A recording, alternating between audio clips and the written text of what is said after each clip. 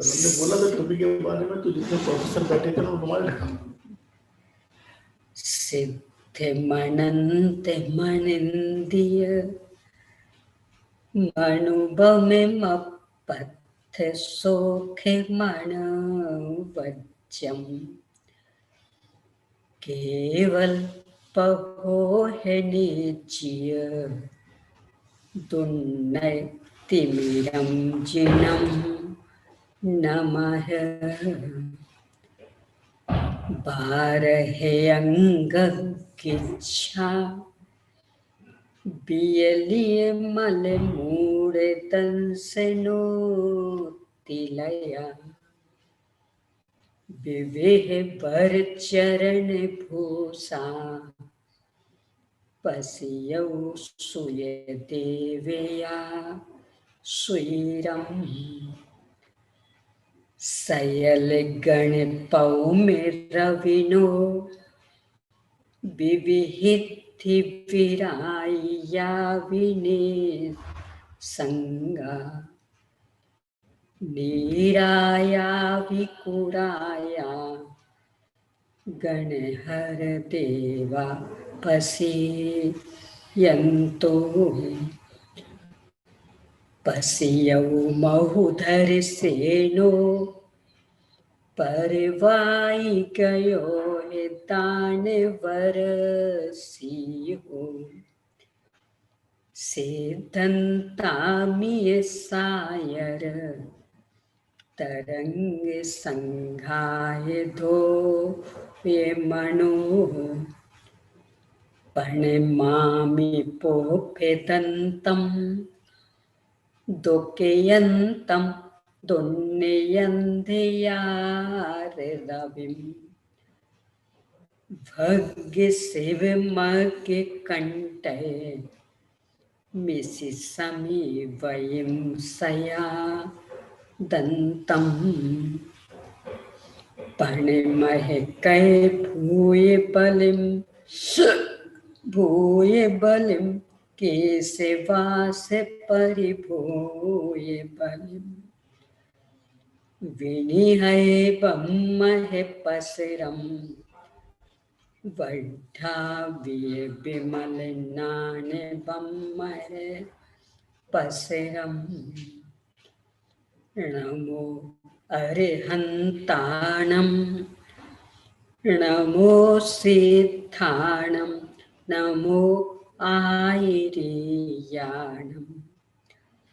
नमो उवच्छायाणं नमो नोय सविसाहूनम् ओम ह्रीं श्री अरहंत सिद्ध आचार्य उपाध्याय साधु पंच परमेष्ठिभ्यो नमो। आपकी वाचा चली रही थोड़ी देर सुन पाया लास्ट। आचार्य श्री धरसिंह स्वामी द्वारा प्रदत्त ज्ञान को लिपिबद्ध करने वाले आचार्य श्री पुष्पदंत भूतवाली स्वामी द्वारा लिखित षटखंडागम ग्रंथ। इसके पहले खंड जीवटान पर आचार्य श्री बीरसेन स्वामी द्वारा लिखित धवला टीका संबंधी 6 भाग यानी 6 पुस्तकों के अंतर्गत अपनी चर्चा पहली पुस्तक पर चल रही है। इसमें मंगलाचरण करने के पहले आचार्य श्री ने कहा कि निमित्त आदि 6 का भी ज्ञान कराना चाहिए। इस संदर्भ में मंगलाचरण परक विशद विवेचन के बाद में सबसे पहले मंगलाचरण में जिन पंच परमेष्ठियों को नमन किया है, अपने कल्याण हेतु अपन उनके जैसी दशा पाने के लिए पुरुषार्थबद्ध हो जाएं। इसे हेतु उनके स्वरूप का दिग्दर्शन करते हुए नमन किया। इसके बाद सर्व और लोक शब्द प्रत्येक के साथ जोड़ना, ये चर्चा की। इसके बाद फिर प्रश्नोत्तर शुरू हुए, वो इस रूप में कि अरहंतो सिद्ध भगवान देव हैं, ये तो ठीक है। आचार्य उपाध्याय साधु परमेष्ठी तो गुरु हैं, तो इन पांचों को ही आप एक कोटि में कैसे रख रहे हैं? पांचों को देव कैसे कह रहे हैं? इस संदर्भ में टीकाकार आचार्य श्री ने 5 तर्कों द्वारा यह सिद्ध किया कि आचार्य उपाध्याय साधु परमेष्ठी भी अनंत सिद्ध के समान ही है। पहला तर्क तो ये कि चूंकि रत्नत्रय अपने अविभाज्य प्रतिच्छेदों की अपेक्षा अनंत प्रकार का है, आचार्य उपाध्याय साधु परमेष्ठी भी रत्नत्रय संपन्न है, स्वभाव एक ही है, मात्रागत अंतर है। तो चूंकि भावगत अंतर नहीं है, इसलिए इन्हें भी अनंत सिद्ध की बराबरी से रख सकते। दूसरा कि जो प्रकट रत्न है, सम्यक दर्शन ज्ञान चारित्र, इनमें मात्रा की अपेक्षा अंतर भले हो, पर जो रत्न पना, श्रेष्ठ पना, सुख है, कारकता, इसमें अंतर नहीं है, इसलिए ये अनंत सिद्ध भगवान के बराबर है। तीसरे, इनमें कारणकारी पना भी है। ये आचार्य उपाध्याय साधु परमेष्ठी ही अपनी सम्यक रत्नत्रय की मात्रा को बढ़ाते हुए आगे अनंत सिद्ध दशा को प्राप्त करेंगे। तो ये कारण और वे कार्य, इसलिए भी इन्हें अनंत सिद्ध की बराबरी से रख सकते। चौथे, इनका भी सम्यक रत्नत्रय कर्मक्षय का कारण और उनका भी कर्मक्षय का कारण यहाँ जितने हैं उस अनुपात में कर्मक्षय हो रहा। अनंत सिद्ध भगवान की अधिकता है तो उस अनुपात में कर्मक्षय, पर कर्मक्षय की दृष्टि से कहीं कोई अंतर नहीं है, इसलिए भी इन्हें अनंत सिद्ध की बराबरी से रख सकते हैं। अंतिम कारण कि यद्यपि अनंत सिद्ध भगवान के प्रत्यक्ष ज्ञान है, केवल ज्ञान, और इनके परोक्ष ज्ञान है, छदमस्त ज्ञान, मति सुरतादि ज्ञान, इनमें ज्ञान पदार्थों को कैसे जानता और कितनों को जानता, इस अपेक्षा अंतर है, पर जो उसका जानना पना है वह दोनों में एक है, इसलिए भी आचार्य आदि अनंत आदि की बराबरी से रखे गए। इसके बाद निष्कर्ष रूप में ये कहा कि यदि इन्हें आंशिक देवत्व रूप से स्वीकार नहीं करते हैं, यानी आचार्य उपाध्याय साधु को एक देश देवत्व रूप से स्वीकार नहीं करते हैं, तो फिर इनकी समग्रता जो अनंत सिद्धों में हुई, उन्हें भी देवत्व रूप से स्वीकार कैसे कर पाएंगे? पर करते हैं, इसका मतलब कि ये भी देव हैं। बहुत सुंदर उदाहरण से स्पष्ट किया था। अग्नि की एक चिंगारी भी ईंधन को जलाती है, तो ज्यादा मात्रा में अग्नि हो वो भी दहन का ही कार्य करती है, और कम मात्रा वाली अग्नि भी दहन का ही कार्य करती।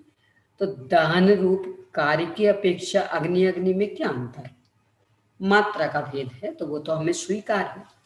इस तरह से पांचों परमेष्ठियों को एक कोटि में रखा। इसके बाद एक अगला प्रश्न खड़ा किया कि सिद्ध भगवान पूर्ण निर्लेप दशा को प्राप्त हो गए, उनके किसी भी प्रकार की विकृति नहीं है, द्रव्य कर्म, भाव कर्म, मूल कर्म से पूर्णतया मुक्त अपने संपूर्ण वैभव को उन्होंने प्रकट कर लिया। अनंत भगवान के तो अभी आघाती कर्म विद्यमान है, शरीर भी विद्यमान है, औदिक भाव भी विद्यमान है। तो इससे अपेक्षा से तो सिद्ध परमेष्टि उत्कृष्ट हुए, तुलनात्मक दृष्टि से अनंत परमेष्टि कुछ कम। तो नमस्कार करने में सिद्ध परमेष्टि को पहले नमन करना चाहिए था, क्योंकि वे बड़े हैं, अनंत भगवान को बाद में। इसका समाधान करते हुए आचार्य श्री ने यहाँ 2 तर्क दिए। पहला तर्क तो ये कि सिद्ध भगवान हमारे ज्ञान गोचर नहीं है, सिद्ध होते साथ ही ऊर्ध्वलोकवासी हो जाते हैं, हमें कभी देखने नहीं मिलते, यानी ना अभी न चौथे काल आदि में।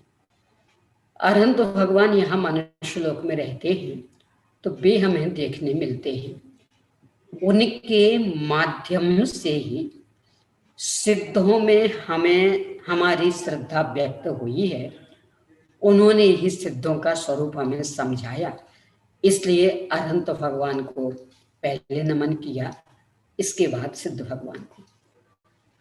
दूसरा कारण ये दिया कि यदि अनंत भगवान ना होते तो आपते आगम पदार्थ का ज्ञान कैसे होता। अनंत भगवान ही अकेले अनंत का ही स्वरूप नहीं बता रहे हैं, आगम का भी, यानी उनकी वाणी, जिन वाणी, विश्व व्यवस्था, वस्तु व्यवस्था का भी उनके द्वारा ही जिन शासन प्रवृत्त होता है। तो ये जो काम अनंत भगवान के माध्यम से होता है, इसका मतलब अनंत भगवान विशेष उपकारक, इस दृष्टि से यहाँ पहले उन्हें नमन किया है। और फिर चूंकि सिद्ध भगवान श्रेष्ठ हैं ही, तो उनके तत्काल बाद सिद्ध भगवान को। इस संदर्भ में कल एक चर्चा और भी थी कि लोक में ये जो कबीरदास जी का दोहा प्रसिद्ध है, गुरु गोविंद दो खड़े काके लागू पाए, बलिहारी गुरुदेव के गोविंदियो बताए। इसमें गुरु मतलब ये अरहंत गुरु, छदमस्त गुरु नहीं, यानी छदमस्त गुरु को पहले नमन करना और भगवान को बाद में, ये जैन धर्म सम्मत नहीं है। तो जो अरहंत भगवान गुरु हैं, स्नातक नामक गुरु, गुरुओं के भी गुरु, परम गुरु, ये चूंकि देव भी हैं और गुरु भी हैं, गुरु की दृष्टि से यहाँ उन्हें मुख्य करके उन्हें पहले नमन किया। और कारण ये दिया कि सिद्ध भगवान की पहचान उनके माध्यम से ही हमें हुई है, इसलिए उन्हें पहले नमन किया है। तो ये जब पद बोलते हैं उस समय अपने को सावधान रहना चाहिए कि छदमस्त गुरुओं को पहले पूजने की अपेक्षा बात नहीं है। ये तो जो सर्वज्ञ में भी गुरु, यानी सकल परमात्मा, परम गुरु, उन्हें पहले पूजने के संदर्भ में पद है। इसके बाद फिर शिष्य ने प्रश्न किया, कई उदाहरण आते हैं दर्शवानी योग में। हाँ, जैसे चारुदत्त के संदर्भ में ही आता। चारुदत्त मतलब उनकी कहानी तो बहुत लंबी चौड़ी, पूरी नहीं लेंगे अपनी। वेश्या ने जब निकाल दिया, संपत्ति तो पूरी जा चुकी थी, जब घर पहुंचे तो एकदम कंगाली। तो सोचा वो अपने को व्यापार को जाना चाहिए, पर जो भी व्यापार किया हर एक में घाटा घाटा घाटा। पुनः इनके काका इन्हें मिल गए, हिंसक प्रवृत्ति के थे। बोले अपन ऐसा करते हैं, विदेश चलेंगे, रत्नदीप, वहां व्यापार करेंगे। कैसे चलेंगे? तो वे 2 बकरे ले आए, बोले इनको मारेंगे अपन और इनकी खाल उल्टी कर देंगे तो बाहर मांस आ जाएगा। कोई गीत समझेगा ये मांस का लो थोड़ा, तो वो ले जाएगा और वो वहां छोड़ देगा और फिर अपन वहां इसमें से बाहर निकल आएंगे। इनके मना करते करते ही उन्हें काट दिया और एक में इनको और एक में स्वयं घुस के और अंदर से सिलाई कर दी। जब इनका जो वक्रा था वो तड़फ रहा था, इनने उसे संबोधन दिया। संबोधन पाते पाते वो मर गया, मर के देव हुआ। अब ये दोनों ही उनके अंदर गीध आए, भैरव पक्षी आए और वे दोनों को ले गए। योग ऐसा बना, जो काका वाला था वो तो समुद्र में गिर गया, तो वहीं खत्म। और इन वाला था वह रत्नद्वीप में जाके उसने छोड़ा। जब छोड़ा तो फिर इनने उसको खोल करके बाहर निकले, नहाए धोए, पास में एक जिन मंदिर दिख रहा था, ये वहां गए। वहां दर्शन पूजन आदि करके वहां एक मुनि महाराज श्री विराजमान थे, ये उनके पास बैठे और इतने में ही दो देव आ गए। एक तो ये बकरा का जीव और एक जो वो कुएं में पारद रस पाने के लिए व्यक्ति गिरा था, उसे भी इन्होंने संबोधन दिया था, तो वो भी मर के देव हो गया था। तो वे दोनों देव आए और उन्होंने चारुदत्त को पहले नमन किया, मुनिराज श्री को बाद में और भगवान को बाद में। तो चारुदत्त बोले, अरे ये क्या कर रहे हो, पहले भगवान को नमन करो फिर मुनिराज जी को, और हम तो नमनीय हैं ही नहीं। तो महाराज जी ने उनको समझाया, देखो तुम्हारे माध्यम से न देव पर्याय प्राप्त हुई, ये बेचारे भोले हैं, ज्यादा जानते नहीं हैं, तो इनके भोलेपन की मजाक मत उड़ाओ, ये तुमसे उपकृत हैं इसलिए तुम्हें नमन किया। तो इससे सिद्ध ये हो गया कि कोई भोला मूर्ख ऐसा करे तो करे, बुद्धिमान को ऐसा नहीं करना चाहिए। और भी ऐसे कई उदाहरण आते हैं और उसमें एकदम स्पष्ट उल्लेख कि वो भोला है, मूर्ख है, इसलिए ऐसा कर रहा है, तो उसकी मदद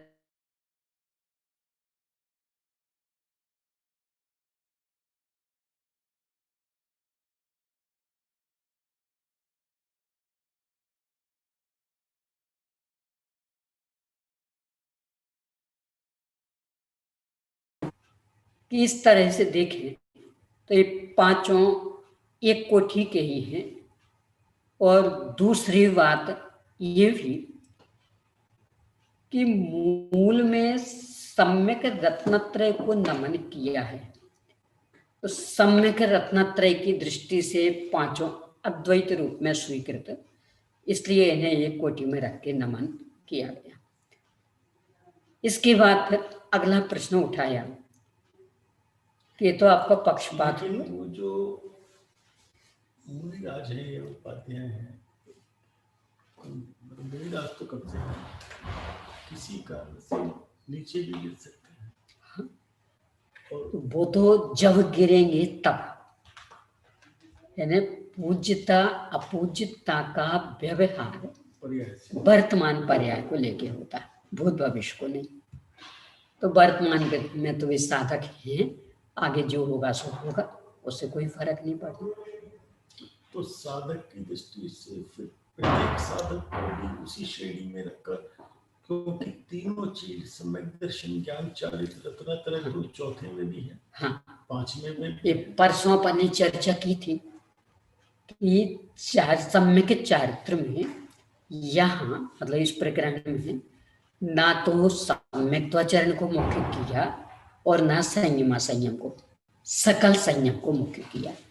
तो चतुर्थ पंचम गुण स्थान में सकल संयम नहीं है, इसलिए उन्हें नमन नहीं होगा। छठ में से सकल संयम है तो उन्हें नमन होगा।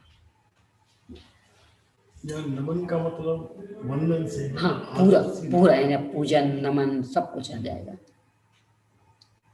यानी सर्वोत्कृष्ट मतलब मंगल उत्तम शरण, तीन रूप में। अब इसके बाद फिर एक प्रश्न पुनः खड़ा किया कि आपने कहा अरहंत भगवान को हमने इसलिए पहले नमन किया कि उनसे हम उपकृत हैं। तो ये तो पक्षपात हो गया, स्वार्थी व्यक्ति, यानी इनसे उपकार हुआ तो इन्हें पहले नमन किया।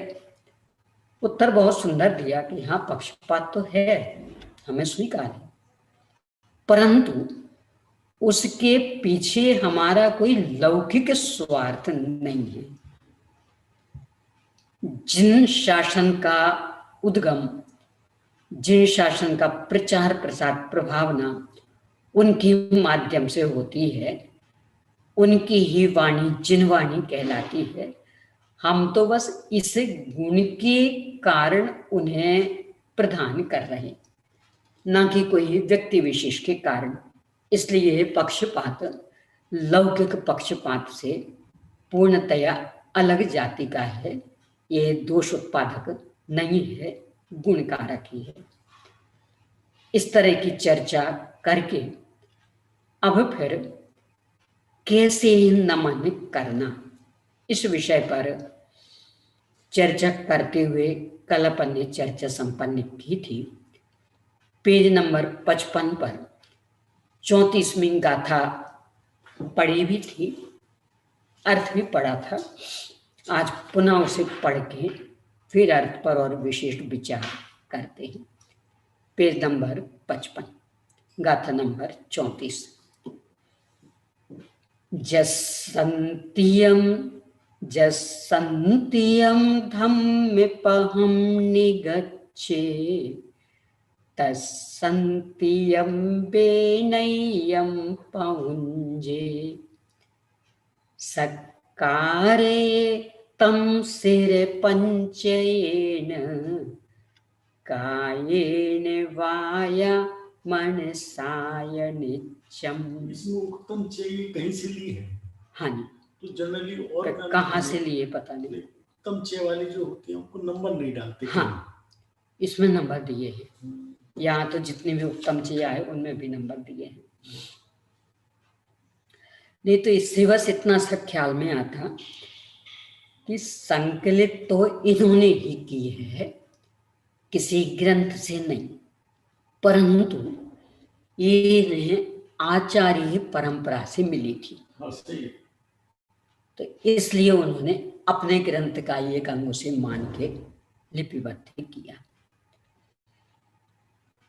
जिसके समीप धर्म मार्ग प्राप्त करे उसके समीप विनय युक्त होकर प्रवृत्ति करनी चाहिए। ये नीति कि जिनसे धर्म मार्ग की प्राप्ति हो तो विनय युक्त होकर प्रवृत्ति करनी। अब किस प्रकार? तथा उसका शिरपंचक, तथा उसका शिरपंचक,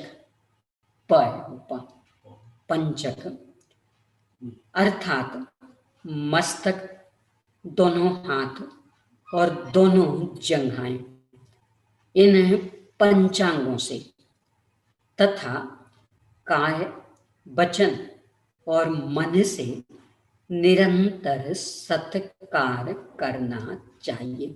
इस पर अपनी चर्चा चलनी है। ये गाथा का अर्थ हो गया? हाँ जी।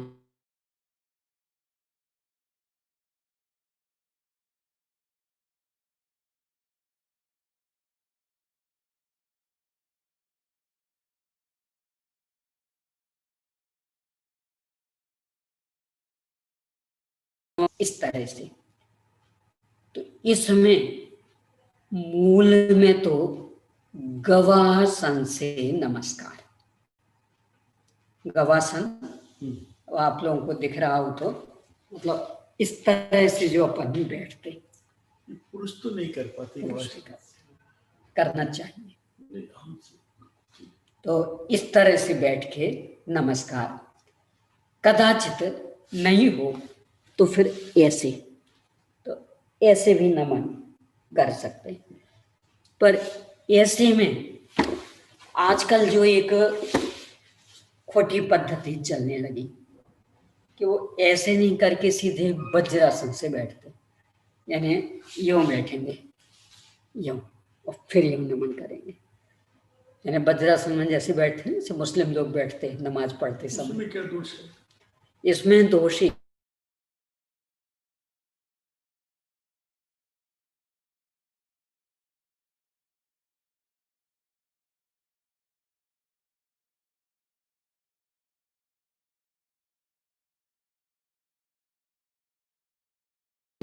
कि विनम्रता की आसन नहीं है, ये शारीरिक स्वास्थ्य की आसन। एक बात। दूसरी बात, मुस्लिम धर्म में नमाज इस आसन से बैठ के ही पढ़ा जाता है। उससे हमें क्या? उससे एक ये, जब कोई भी चीज किसी संस्कृति से जुड़ जाती है तब फिर उसके अनुकरण में विशेष सावधानी अपेक्षित है, क्योंकि वो एक संस्कृति का चिन्ह बन गया। आपने देखा हो, यदि जब भी कहीं नमाज पढ़े तो यूं बैठेंगे और फिर नमाज पढ़ेंगे, अपने नमन में यूं करके, ऐसे करके नमन करते ये। तो इसलिए भी उस आसन से नहीं करना। तो आज अधिकांश उस आसन से करने लगे। मूल में अपने यहाँ गवासन से नमस्कार की पद्धति। और गवासन में भी किस तरह पैर मोड़ना, इसके पीछे एक विज्ञान है। सामुद्रिक शास्त्र के अनुसार बहनों का बायां अंग शुभ माना जाता है और भाइयों का दाहिना अंग। इसीलिए तो ये विधान आदि में जो वो मंगलसूत्र बांधते हैं, भाइयों के दाहिने हाथ में, बहनों के बाएं हाथ में। शादी वगैरह में भी जो हथले कराते, लड़के का दाहिना हाथ, लड़की का बायां हाथ। ये आंख में भी जो रूढ़ी चलती, यदि बहनों की बाईं आंख फड़क रही हो तो मानते शुभ हो, और भाइयों की दाहिनी फड़क रही हो तो मानते शुभ हो, ऐसा भी कहा जाता है। यानी सामुद्रिक शास्त्र के अनुसार महिलाओं का बायां अंग शुभ माना जाता है और भाइयों का दायां अंग शुभ माना जाता है, सामुद्रिक शास्त्र का नियम। चूंकि हम नमन कर रहे हैं, इसलिए शुभ अंग को ऊपर करना, अशुभ अंग को नीचे। तो महिलाएं यदि नमन करती हैं गवासन से तो उन्हें इस तरफ से, यानी जिस तरफ जो आंख छिदी रहती है ना, वो वाला पैर ऊपर और सीधा वाला पैर नीचे, तो वो शुभ अंग ऊपर आ गया और अशुभ अंग नीचे। भाई लोग करें इस तरफ से, क्योंकि उनका दाहिना अंग शुभ, तो दाहिना पैर ऊपर आ गया, बायां पैर नीचे। इस तरह का विवेक रखना चाहिए। यानी चाहे जिस तरफ पैर मोड़ के नमन करना, ये उचित नहीं है। ये तो एक अंधानुकरण हो जाएगा, अविवेकी वृत्ति हो जाएगी। अब गवासन से करने का प्रावधान क्यों? इसके पीछे कारण कि हमें अकेला नमन नहीं करना है, अपने शील की सुरक्षा रखते हुए नमन करना है। जब गवासन से नमन करते हैं तो सारे अंगोपांग दबे रहते हैं, तो शील सुरक्षित रहता है। जब ऐसे उखड़ू बैठ के नमन करते हैं तो अंगोपांग लटक आते, तो शील असुरक्षित हो जाता है। पीछे वालों की भी कदाचित दृष्टि खोटी हो सकती, तो इसलिए पुरुषों में क्या दिक्कत? पुरुषों के भी तो अधो अंग लटक आएगा ना। यूं करें यदि ऐसे, तो अधो अंग लटकेगा नहीं।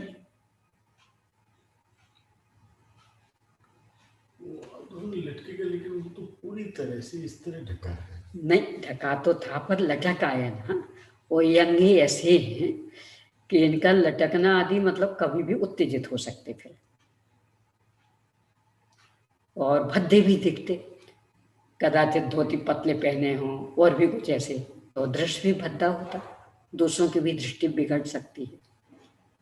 गवासन में भी सब दब जाते हैं, और यही स्थिति महिलाओं का ऊर्ध्वांग लटक जाएंगे तो फिर विकृति।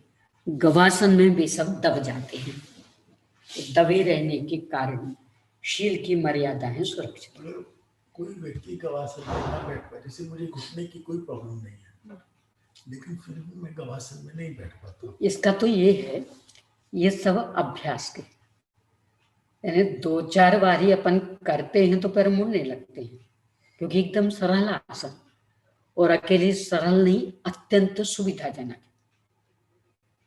यानी ऐसे पालथी लगाए लगाए पैर दुखने लगे, उस आसन से बैठ जाएं, 2 मिनट में बिल्कुल रिलैक्स, अत्यंत सुविधाजनक आसन। और थोड़े से अभ्यास ही बनने लगता है। ये तो नहीं बैठे हो, कभी तो समस्या आ सकती, अभ्यास सब सुलभ कर देता है।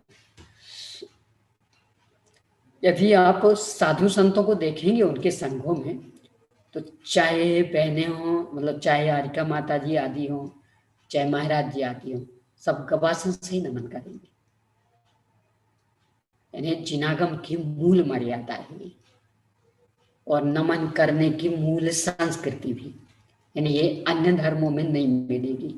तो जैनत्व की एक पहचान है। तो जो वज्रासन वाली वो तो मुस्लिम संस्कृति है, वज्रासन नहीं करते हैं। पर ये अपनी जैन संस्कृति, यानी साधु संघों में अभी भी सब गवासन से ही नमन करते, और पहले तो गृहस्थ भी करते थे। अब धीरे धीरे परंपराएं बदलती जा रही हैं, संस्कृति छोड़ते जा रहे हैं, पर अपनानी चाहिए, हर दृष्टि से अनुकूल। विनय मर्यादा भी सुरक्षित रहती, कपड़े भी व्यवस्थित बने रहते, यानी कोई उल्टे सीधे ऊपर नहीं उठते, सब दबे रहते हैं, तो एक हर तरह से सुरक्षा रहती। अपना जमीन का स्पर्श भी इससे नहीं होता, यानी आपने यो नमन किया, उठना हो तो आसानी से यो पैर पर हाथ रख के उठ सकते, और यदि ऐसे करके नमन किया, अब उठना होगा तो जमीन को छूना पड़ेगा, और फिर उन्हीं हाथों से फिर और आगे के काम करेंगे, द्रव्य वगैरह छुएंगे, शास्त्र छुएंगे। इन सब दोषों से बचने के लिए भी गवासन नमन करते हैं तो नमन में हाथ जमीन तक जाएंगे नहीं, यानी जमीन को छुएंगे, पर यो है ना, तो ये हिस्सा बाहर निकला हुआ है, ये अंदर घुसा हुआ है, तो यो अपन करेंगे तो ये तो जमीन को छुएगा, ये नहीं छुएगा। और जब भी अपन सामग्री आदि छुएंगे तो इनसे छूना है, ये सुरक्षित बने रहेंगे।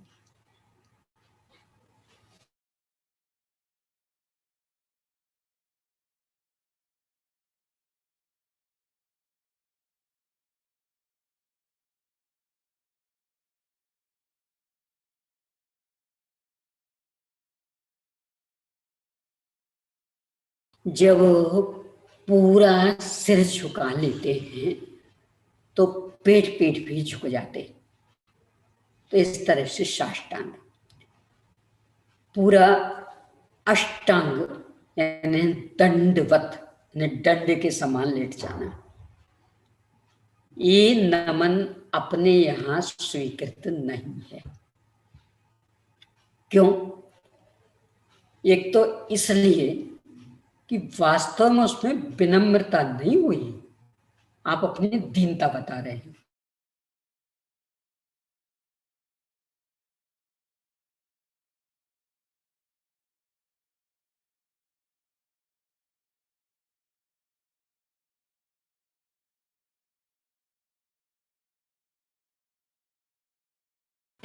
कपड़ों आदि की मर्यादाएं भी नहीं रहती, यानी उल्टे लेटे,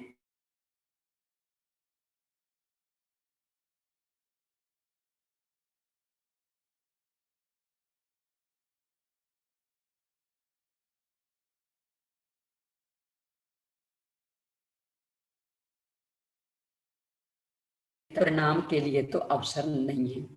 हाँ, साष्टांग पूरे के पूरे झुक करके नमन, ये अपने यहाँ विनम्रता की मर्यादा है। यहाँ तो पंचांग भी, इससे गवासन से साष्टांग हो जाए। हाँ, यानी पूरा हमने यो किया, जैसे तो ये दोनों पैर झुक गए, दोनों हाथ झुक गए, माथा झुका और साथ में पीठ भी झुक गई, तो साष्टांग हो गए। और मात्र यों करके यों किया, ये पंचांग।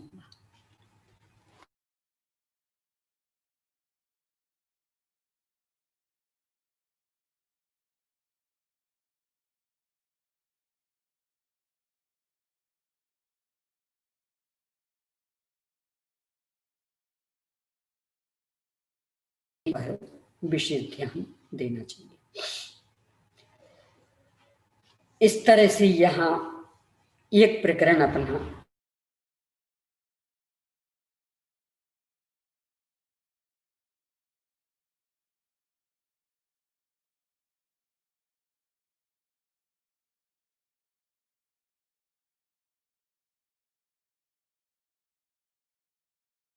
एक पेज नंबर 8 पर देखिए,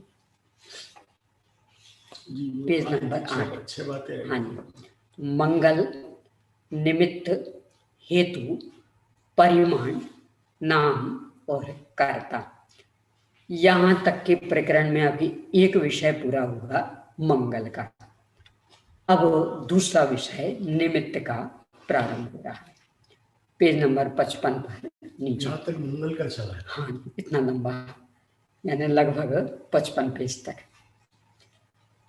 इस तरह मंगल के कारण का वर्णन समाप्त हुआ। जो मेरे को क्लियर नहीं हुआ, वो स्थापना में ज्ञान की स्थापना तो नहीं हो पाई ना? नहीं, स्थापना कहते ही उसे हैं कि जिसमें उस वस्तु के मूल गुण तो नहीं आएंगे, मात्र काम चलाने के लिए हमने ये इसके जैसी है, इसलिए हम इनसे काम चलाएंगे। तो भाव निक्षेप तो आएगा ही नहीं नियम से। वो तो वरना फिर अतदार कार्य में तो काम वैसे भी नहीं चलेगा। हाँ, तो आकृति भी वैसी। हाँ, तो तदाकार वो आकृति देखी, और चूंकि वैसी अत्यंत वीतराग सौम्य आकृति जिनकी हो, वे वीतरागी, और वीतरागी ही सर्वज्ञ होते हैं। तो इस तरह से हमने स्थापना कर ली, और सीधे भाव निक्षेप आ जाए तो फिर वो स्थापना थोड़ी कहलाएगी, वो तो भाव ही हो गया, यानी वो तो मूल वस्तु हो गई। तो स्थापना तो नाम ही उसका कि मूल वस्तु वो नहीं है, काम चलाने के लिए हम कर रहे हैं। तो चूंकि सर्वज्ञता की अलग से कोई मूर्ति नहीं होती, वीतरागता की हो सकती है, क्योंकि वीतराग मतलब अत्यंत शांत सौम्य छवि। हाँ, तो वो हम बना सकते, तो वो बना के स्थापना कर ली। अब जो वीतरागी होते वे आगे सर्वज्ञ हो जाते, तो इस तरह से सर्वज्ञ की भी स्थापना हो गई। अब निमित्त का कथन करते हैं। शंका, यहां पर किसके निमित्त का कथन किया जाता है?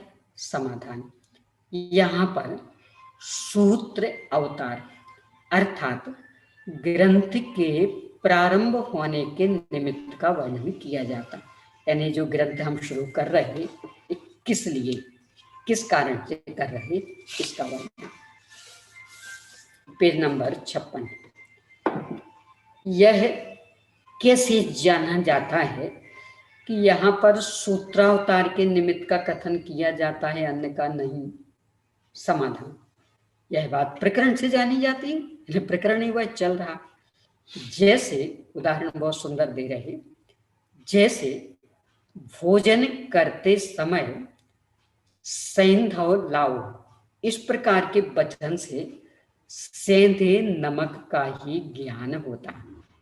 यानी सेंधव नमक को भी कहते हैं और घोड़े को भी कहते, पर कोई भोजन कर रहा, वहां उसने कहा सेंधव लाओ, तो क्या लाएंगे? नमक। और कोई तैयार खड़ा है कहीं जाने के लिए, फिर कह रहा सेंधव लाओ, तो वहां घोड़ा लाएंगे। तो ये प्रसंग देख करके अर्थ किया जाता है। ये उदाहरण पहले भी आया। हाँ, ये तो कई बार आएगा, बहुत प्रसिद्ध उदाहरण। अपन लोक में भी लेते, ये बूट होते ना, बूट, क्या होता बूट? जूते। और वो चने, हरे चने, उसको भी।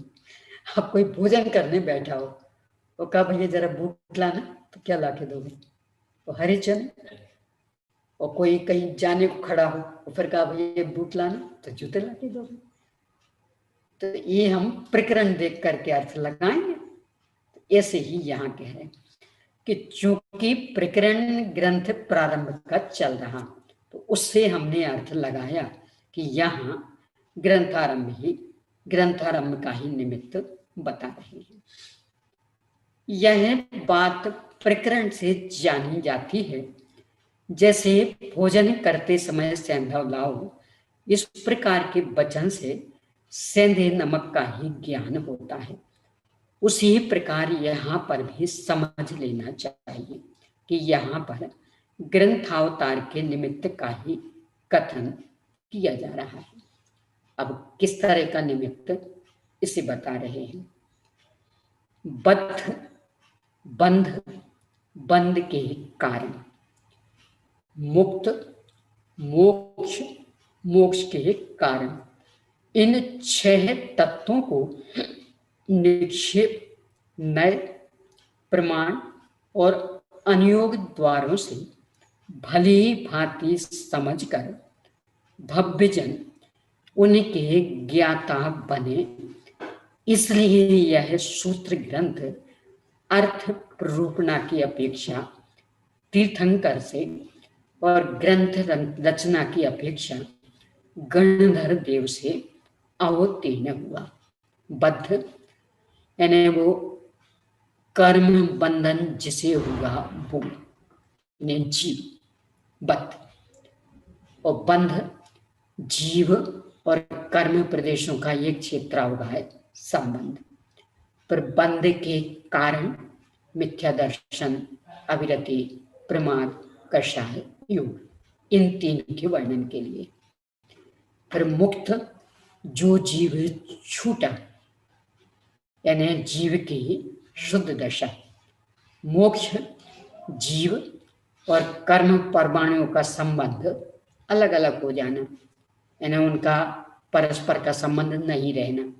और मोक्ष के कारण सम्यक दर्शन, सम्यक ज्ञान, सम्यक चारित्र अथवा व्रत, समिति, गुप्ति, धर्म, अनपरीक्षा, परिचय, चारित्र, इनका वर्णन निक्षेपों से, नय से, प्रमाण से और अनुयोग द्वारों से यदि किया जाता है तो भव्य जीव उसके ज्ञाता हो जाते, और उसका परिणाम ये निकलता कि वे बंध से बच जाते हैं और मोक्ष मार्ग में लग जाते हैं।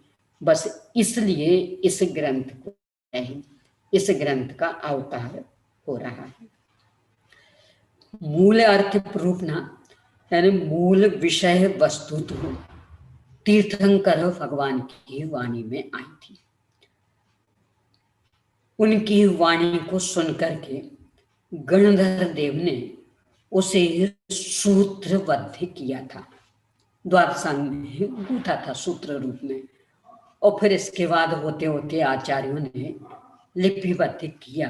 तो इस तरह से परंपरा चालू हुई।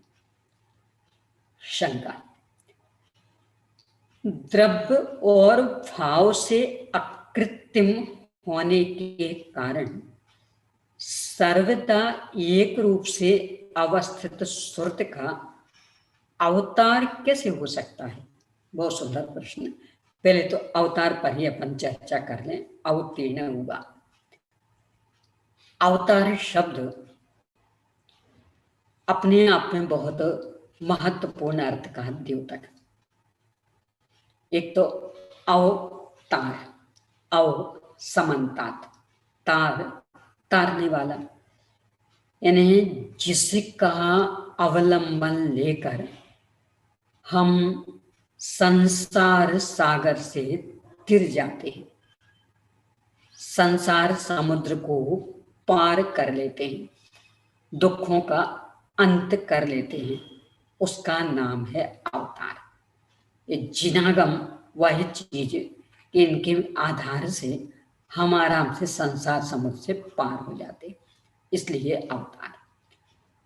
दूसरा, जो ब्राह्मण संस्कृति में भगवान के अवतार की बात आती, तो वहाँ ऐसा लिखते हैं अपने भगवत गीता में, यदा यदा हि धर्मस्य ग्लानिर्भवति भारत अभ्युत्थानम् अधर्मस्य तदात्मानं सृजाम्यहम्, कि जब जब धर्म की हानि होती है, अधर्म की वृद्धि होती है, तब तब धर्म के पुनः स्थापन के लिए मैं अवतरित होता हूँ।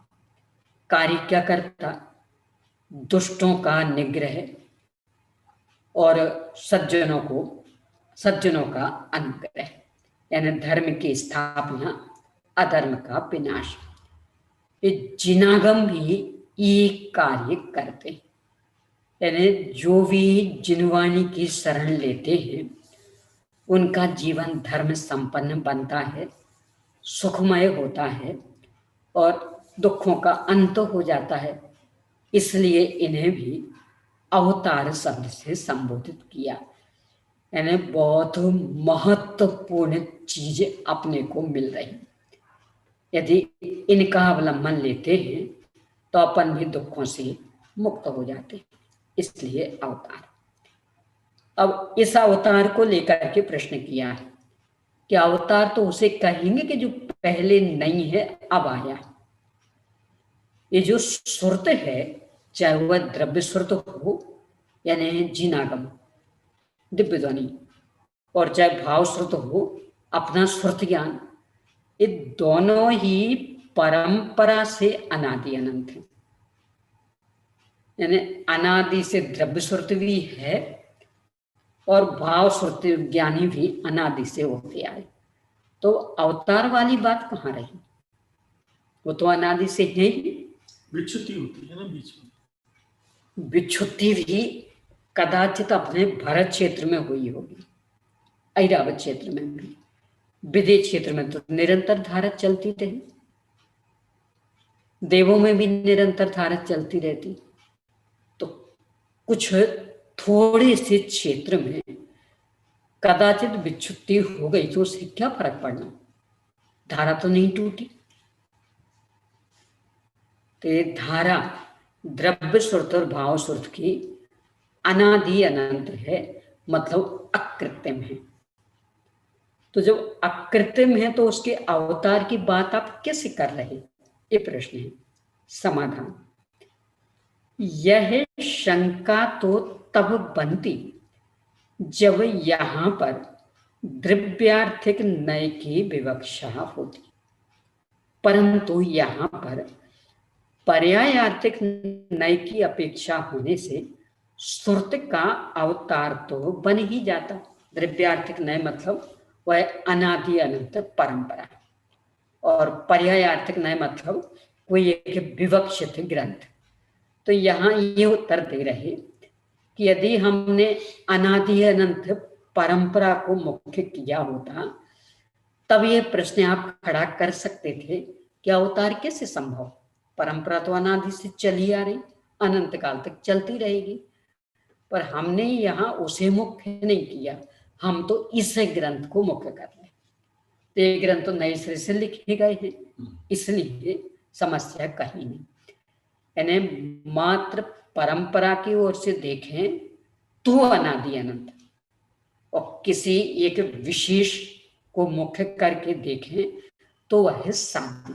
तो चूंकि यहाँ इस ग्रंथ को मुख्य करके देख रहे तो ये सादी यानी कि इसकी शुरुआत हो रही, तो अवतरित हो रहे हैं, ये कहने में कहीं कोई समस्या नहीं। अब इसी ही गाथा द्वारा पुष्ट कर रहे, पेज नंबर 56 पर गाथा नंबर 35। छत्तपिणोपयथे सुयनाना इच्छदीप्यते एण पश्यन्तु भव्य जीवा ये स्वेदविनो हवे उदयो। भव्य जीव सुरत ज्ञान रूपी सूर्य के दीप्त तेज से 6 द्रव्य और 9 पदार्थों को देखें, अर्थात भली भांति जाने। इसलिए सुरत ज्ञान रूपी सूर्य का उदय हुआ है। तो वो उदय हुआ है ना, तो इसका मतलब नया, तो इसलिए अवतार कहने में कहीं कोई समस्या नहीं है। सुरत ज्ञान को यहाँ सूर्य कहा जा रहा है। वैसे तो केवल ज्ञान को सूर्य कहते हैं, पर यहाँ सुरत ज्ञान को उसका कारण कि अभी तो यही सूर्य के समान है, यही मोहांधकार को नष्ट करने में सक्षम तो ये सूर्य है। और क्या इनके प्रकाश में देखिएगा 6 द्रव्य 9 पदार्थ आदि संपूर्ण विश्व व्यवस्था वस्तु व्यवस्था, ये तो ये सुरत ज्ञान रूपी सूर्य और इसका उदय हो रहा है, ये इसका निमित्त हुआ। यानी इसके माध्यम से भव्य जीव विश्व व्यवस्था वस्तु व्यवस्था को हृदयंगम करें और अपना कल्याण करें, अपने को दुखों से मुक्त करें। इसलिए यह ग्रंथ अवतरित हो रहा है, लिपिबद्ध किया गया है। इस तरह से निमित्त का प्रकरण संपन्न हुआ। अब हेतु, निमित्त में तो क्यों और हेतु में किस प्रयोजन से, सामान्य सा अंतर है। किस प्रयोजन में फल की मुख्यता हो जाएगी और निमित्त में कि सामान्य से क्या उद्देश्य था। तो सामान्य से उद्देश्य कि भव्य जीवों को पदार्थों की जानकारी हो जाए, तो ये तो निमित्त। और हेतु में उनका जीवन सम्यक रत्नत्रय संपन्न बने, अभ्युदय निश्रेय सुख उन्हें प्राप्त हो, ये सब फल की ओर से जब चर्चा करेंगे तो वो हेतु में आ जाएगी। तो अभी तक निमित्त की चर्चा थी, यानी मंगल के में 55 पेज लग गए, निमित्त तो मात्र 1 पेज में ही पूरा हो गया। अब हेतु की चर्चा 2 पेज तक, 2 पेज के 3-4 पेज तक है।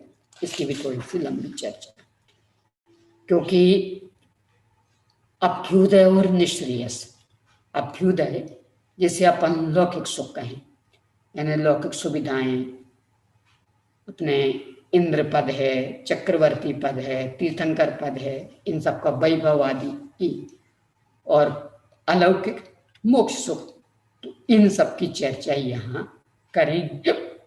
इसलिए थोड़ा सा ये प्रकरण बढ़ गया है। अब हेतु का कथन किया जाता है। हेतु 2 प्रकार का, हेतु मतलब यहाँ प्रयोजन उद्देश्य। एक प्रत्यक्ष हेतु और दूसरा परोक्ष हेतु, यानी तात्कालिक प्रयोजन। एक प्रत्यक्ष हेतु और आगामी काल में जो फल मिलेगा वो परोक्ष हेतु। शंका, यहाँ पर किसके हेतु का कथन किया जाता? समाधान, यहाँ पर सिद्धांत के अध्ययन के हेतु का कथन किया जाता। यानी हेतु तो किसी भी काम के हो सकते, यहाँ तो इस ग्रंथ को पढ़ने का हेतु, यानी इसको पढ़ने का क्या लाभ मिलेगा, तो हम उसको बताएंगे। स्लाइड में ये भी कह दिया कि सिद्धांत ग्रंथ है। हाँ, वैसे तो सिद्धांत ग्रंथ अपनी संपूर्ण जिनवाणी जी। और इसमें भी वो बात आएगी, कारण सिद्ध अंत, यानी जिनकी चर्चा सिद्धों की चर्चा में जाके समाप्त हो वो सिद्धांत ग्रंथ। लेकिन जिनवाणी की ये विशेषता, इनके चारों अनुयोगों की ये विशेषता, कि चर्चा कहीं से भी शुरू हुई हो पर तब तक चलती रहेगी जब तक मोक्ष नहीं हो जाएगा, और मोक्ष हुआ हो चर्चा समाप्त। यानी प्रथमान योग में किन्हीं की भी कहानी कहीं से भी शुरू हुई हो, यानी भगवान महावीर स्वामी की पूर्वाभिल से मिलती कहानी बढ़ती रहेगी बढ़ती रहेगी बढ़ती रहेगी, कब तक? जब तक भी सिद्ध नहीं हो गए तब तक। और सिद्ध हुए कहानी समाप्त। इसलिए प्रथमान योग भी सिद्धांत ग्रंथ।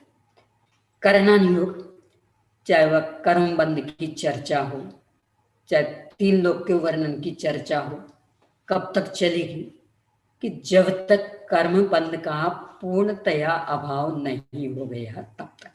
इसलिए वे भी सिद्धांत ग्रंथ। चरणान योग, देवशास्त्र गुरु का स्वरूप समझाएंगे, भक्षवक समझाएंगे, वृषि संयम आदि की बात करेंगे। कब तक के लिए? जब तक सिद्ध नहीं हो गए तब तक। इसलिए वे भी सिद्धांत ग्रंथ। और द्रव्यान योग, 7 तत्व 9 पदार्थ समझाएंगे, भेद विज्ञान की प्रेरणा देंगे।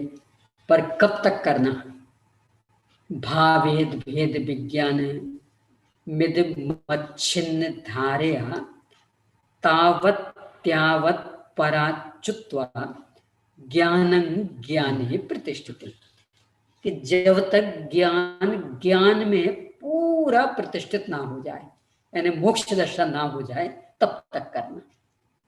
यानी तो इसके 2 अर्थ किए वहां पे, एक तो सम्यक ज्ञान ना हो जाए और फिर पूर्ण ना हो जाए, दोनों। नहीं, तो यहाँ तो चूंकि अपन सिद्धांत पे ले रहे हैं तो पूर्ण। तो इस तरह 4 ही आने होंगे सिद्धांत। सिद्धांत का एक दूसरा अर्थ भी होता सिद्ध और अंत। अंत यानी होता धर्म, वो अनेकांत में जो धर्म है ना, यानी वस्तु का स्वभाव। और सिद्ध प्रमाणित होना, यानी जो धर्म सीधा वस्तु से प्रमाणित हो उसे सिद्धांत कहते हैं। और उसकी चर्चा जिनमें हो वे सिद्धांत ग्रंथ। क्योंकि जैन धर्म में धर्म का स्वरूप ही वस्तु स्वभाव धर्मो कहा, कि वस्तु के स्वभाव को धर्म कहते हैं। तो यहाँ तो जिनागम के हर पृष्ठ से वस्तु के स्वभाव रूप धर्म का ही वर्णन किया जाता, और ये सीधा वस्तु से सिद्ध है। इसका वर्णन 4 अनुयोगों में, इसलिए 4 अनुयोग ही सिद्धांत ग्रंथ कहलाते। तो इनके अध्ययन का उद्देश्य यहाँ बताया जा रहा। ये भूगोल है जो नरक आदि ये सब स्थिति बताता है, कितने हैं कितने नरक है, तो उसमें सिद्धांत कैसे बने? उसमें ऐसे मोक्ष प्रकाशक में लिया 8वें अध्याय में कि आपको ये सब दिखाया। वहां से हटा, यहाँ इतनी सी ठंड नहीं सही जाती, वहां का, यहाँ इतनी सी भूख प्यास नहीं सही जाती, वहां का तो नहीं जाना है ना, तो इन पापों से हटो, धर्म में लगो।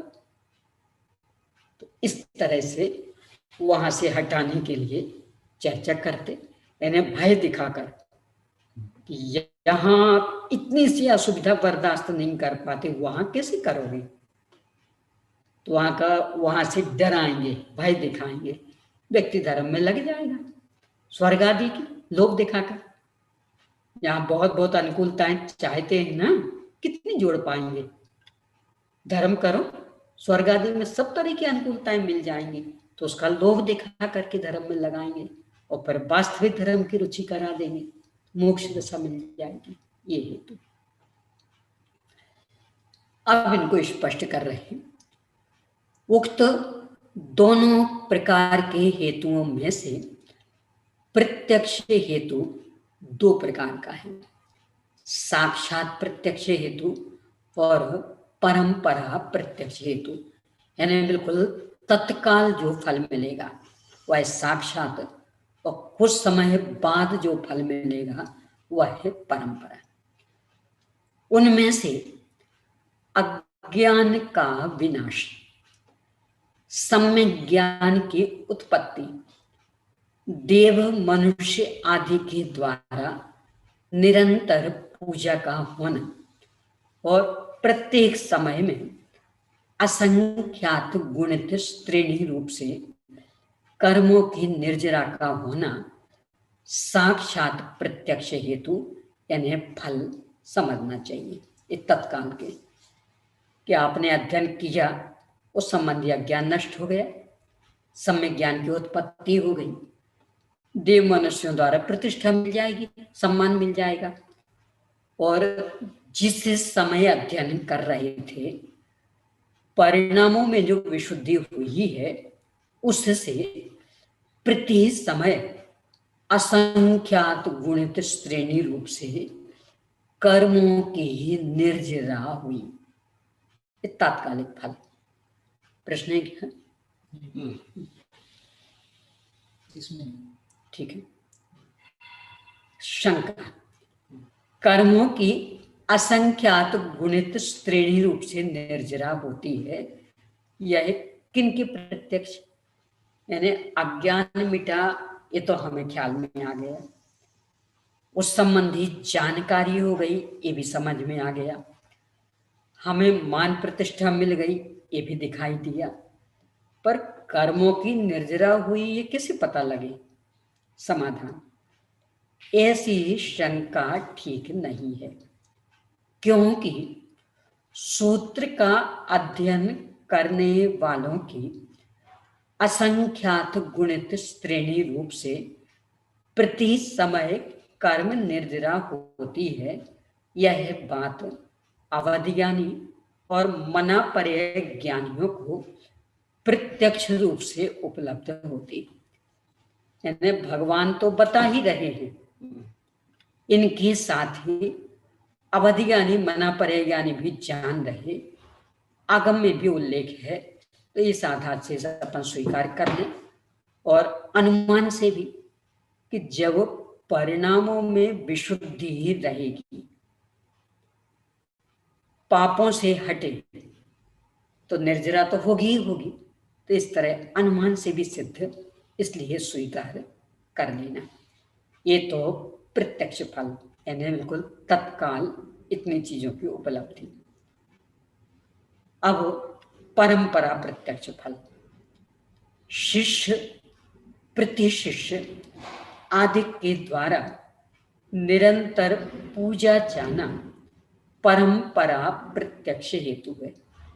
यानी हमने इस ग्रंथ का अध्ययन किया, पर हमने अपने शिष्यों को कराया, उन्हें अपने शिष्यों को कराया, उन्हें अपने शिष्यों को कराया, इस तरह से ज्ञान की परंपरा भी बढ़ेगी, और फिर इसके साथ ही पूजा प्रतिष्ठा आदि भी, वे शिष्य हमारा नाम लेंगे, उनके शिष्य उनका नाम लेंगे, और उनके शिष्य उनका नाम लेंगे, इस तरह से मान प्रतिष्ठा आदि भी मिलती रहती है। तो ये परंपरा प्रत्यक्ष हेतु। ये सब क्यों बता रहे? कि व्यक्ति मान प्रतिष्ठा का भूखा रहता, तो यहाँ कह रहे बुद्ध चाहिए ना, इसमें लगो, इनके जैसी मान प्रतिष्ठा अन्यत्र संभव नहीं है। ज्ञानाराधना करें, तत्काल ही पूज्यता मिल जाएगी, श्रेष्ठता मिल जाएगी, यानी विद्वान को अपने आप सम्मान मिल जाता है। बड़े बड़े करोड़पति अरबपति भी नीचे बैठे और विद्वान को गवर्नर की गद्दी पे बिठा के उनका सुनेंगे हाथ जोड़ के, भोजन आदि कराएं तो बड़े बड़े करोड़पति आदि बैठ करके पंखा झल रहे और विद्वान आराम से भोजन कर रहा है। यानी लोक में भी यदि मान प्रतिष्ठा के भूखे हो तो इसमें लगो, अपने आप मान प्रतिष्ठा मिल जाएगी, सब हाथ जोड़े खड़ी रहेंगे, और आत्मोन्नति तो होनी है। यानी यह मार्ग मतलब दोनों हाथ लड्डू, लौकिक उन्नति चाहते हो तो भी और आत्मिक शांति चाहते हो तो भी इसमें लगेंगे तो सब कुछ उपलब्ध होना है। अब परोक्ष हेतु, यानी जो हमें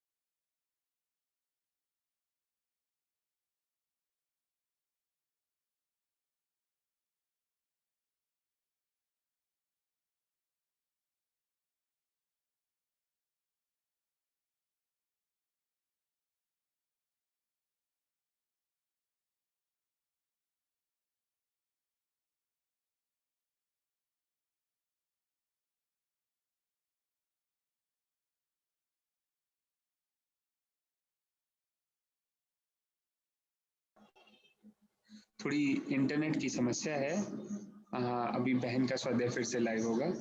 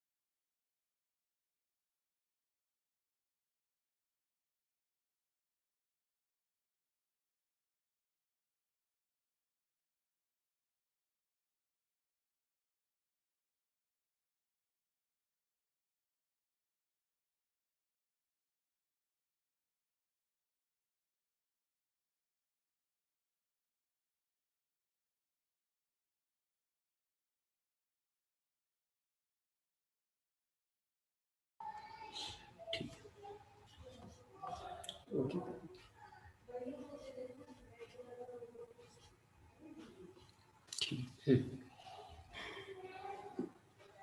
तो परोक्ष फल जो हमें सीधा नहीं दिखता, यानी लौकिक सुविधाएं और मोक्ष सुख, अब उन्हें बता रहे हैं।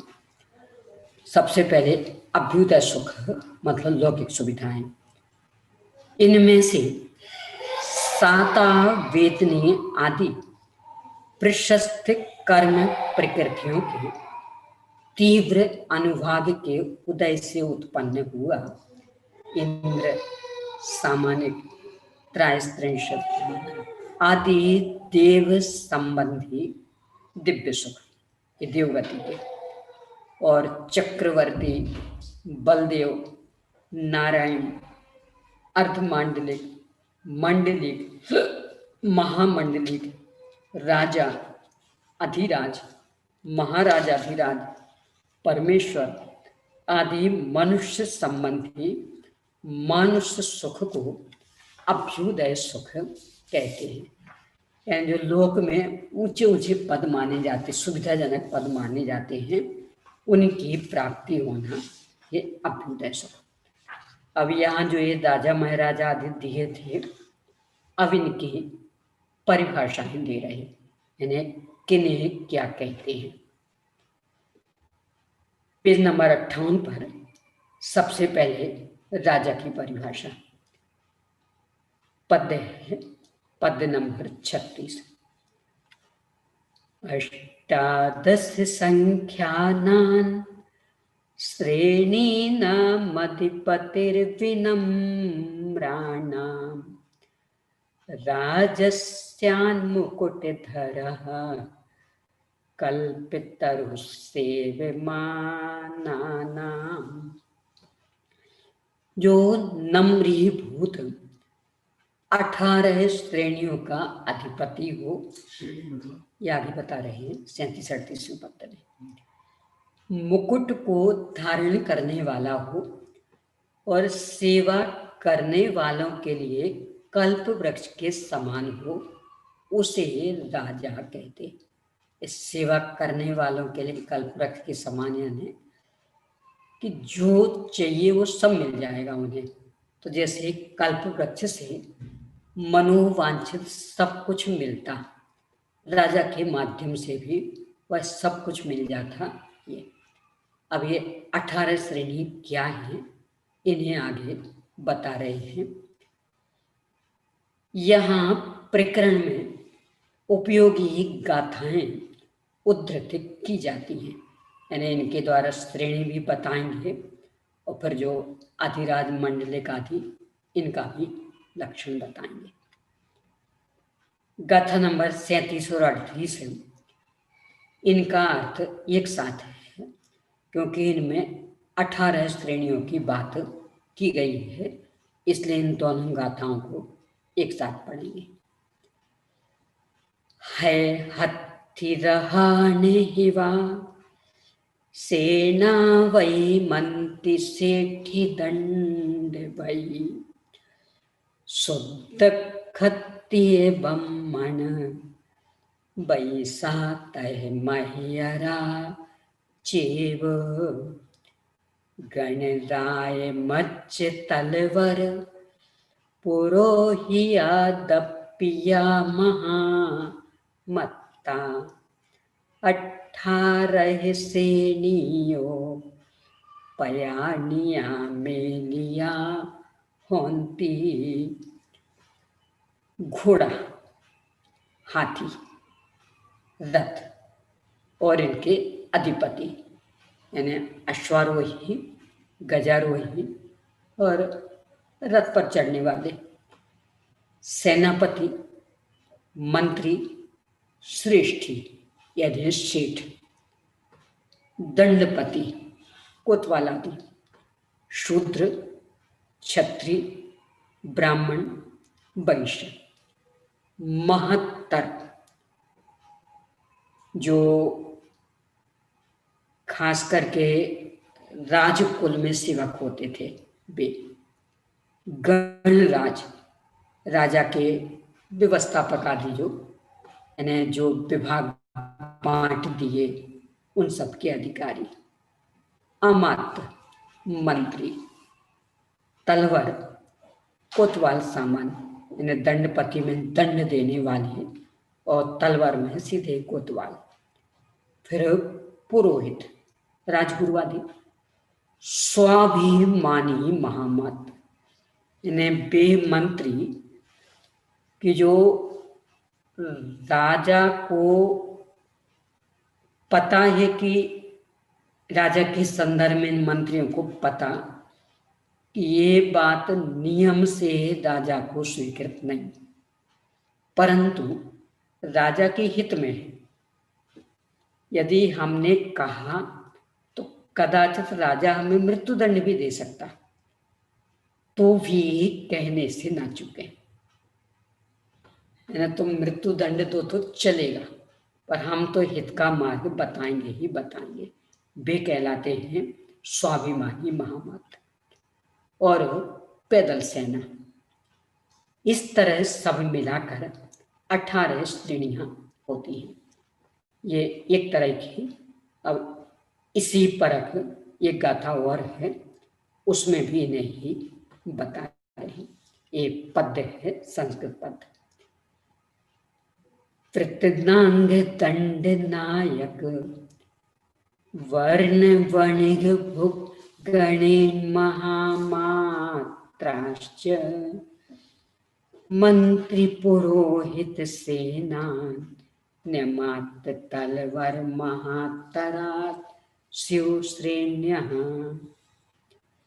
अथवा हाथी, घोड़ा, रथ और पयादि, ये 4 सेना के अंग, इन्हें चतुरंगिणी सेना। दंडनायक, छत्रधारक, ब्राह्मण, क्षत्रिय, वैश्य, शूद्र, ये 4 वर्ण। वणिकपति, गणराज, महामात्र, मात्र हो गया मात्र, मंत्री, मात्र नहीं मात्र। हाँ, यानी आदत्ता और या, मतलब बे मंत्री, मात्य। हाँ, आदत्ता और या मात्य, यानी बे मंत्री कि जो मौत की कीमत पर भी राजा को सही सलाह दे गए। मंत्री, पुरोहित, सेनापति, अमात्य, तलवार और महत्तर, ये 18 श्रेणियां होती। इस तरह पहले में थोड़ा विस्तार दे दिया था और दूसरे में यहाँ समूह बना करके उन 18 को बताया। भाव दोनों का एक ही। अब अधिराज और महाराज, इनकी चर्चा। पंचशत नरपतिना मदिराजोधीश्वरो भवति लोके, राजसहस्राधिपति प्रतीयते सौ महाराजः। लोक में 500 राजाओं के अधिपति को अधिराज कहते हैं और 1000 राजाओं के अधिपति को महाराज कहते हैं। इस सांकेतिक नाम। 500 राजाओं का स्वामी अधिराज और 1000 राजाओं का स्वामी महाराज। अपन 2:55 तक लेंगे क्योंकि कल तो आपका वो देर से जुड़ पाया था और आपको थोड़ी समस्या थी। नहीं, आज तो अपने विवेक जी का है। 2:45 2:45 विवेक जी कुछ लोग मेरा इंतजार कर रहे हैं। अच्छा, वहाँ पर उनके 2 बार फोन आ चुके हैं। ठीक है, तो मैं ठीक है। आता हूँ। मैंने कहा मैं 3:30 पौने 4 के बीच पहुँच जाऊँगा। तो मैंने इसलिए कहा कि चूंकि सूचना दी गई थी कि वो कल जुड़ नहीं पाए थे तो फिर बीच में डिस्टर्ब हो जाते, तो यहाँ अपना समाप्त हो और वहाँ उनका तत्काल शुरू कर लेंगे। चलिए, तो ये राजा और राजा की चर्चा पहले हो गई, यानी मुकुटबद्ध राजा, और ये अधिराज 500 राजाओं के स्वामी और महाराज 1000 राजाओं के स्वामी। अब अर्धमंडलिक और मंडलिक, बस ये और लेकर के समाप्त करते हैं। 41वां पद। द्विसहस्राजनाथो मनीषिभिर्वर्णतेर्धमण्डलिका, मण्डलिकश्च तथा स्यात् चतुस्सहस्रावनीशपतिः। पंडित जन 2000 राजाओं के स्वामी को अर्धमंडलिक कहते हैं और 4000 राजाओं के स्वामी को मंडलिक कहते हैं। ये सब सांकेतिक नाम परिभाषा सहित। अब आगे तो 1 मिनट भी लेट नहीं हुई था आपके बाद जी। कल तो आपके बाद में 1 मिनट भी लेट नहीं हुआ। नहीं, 10 मिनट लेट हुए। नहीं, वो दूसरी चीज चल रही थी। क्या चल रहा है? वो जो वाइस चांसलर था और रजिस्ट्रार साहब कुछ बोल रहे थे, तो उनका कहाँ आया? कुछ नहीं आया था। जैसे अपना एंड हुआ ना, उसमें एक अपना एंड जैसे उसी टाइम चालू हो गया था, तो उसमें आपको दिखा रहा है लाइव चल रहा है। तो वहाँ मैंने जो जाके देखा तो उसमें तो शून्य, फिर 10 मिनट बाद आपका शुरू हुआ। अब मेरा 10 मिनट बाद इसलिए हुआ कि मुझसे पहले उन 2 लोगों को बोलना था 5-5 मिनट, ठीक है, रजिस्ट्रार और वाइस चांसलर। ठीक है। और फिर उन्होंने एक फॉर्मेलिटी की थी, मुझे मेरा एक चित्र भेंट किया और एक शॉल भेंट किया।